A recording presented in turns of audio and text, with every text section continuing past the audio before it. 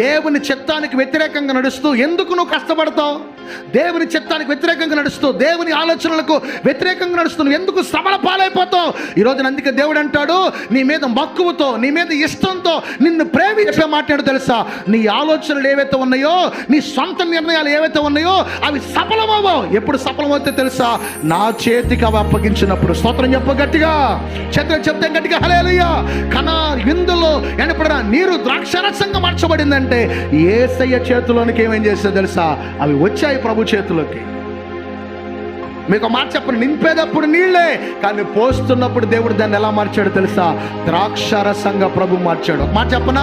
ఆ ఇంటి యజమాని తలెత్తుకునేటట్లుగా, ఆ ఇంటి యజమాని గౌరవంతో నిలిచేటట్లుగా ఒక అద్భుత కార్యం అక్కడ జరిగించాడు. ఇలా జీవితంలో కూడా అలా జరగాలంటే నువ్వు దేవుని చేతికి ప్రతిదీ నువ్వేం చేయాలో తెలుసా? అప్పగించాలి. నీ స్వనీతిని నువ్వు ఎక్కడ కూడా నువ్వు ఆధారం చేసుకోవద్దు.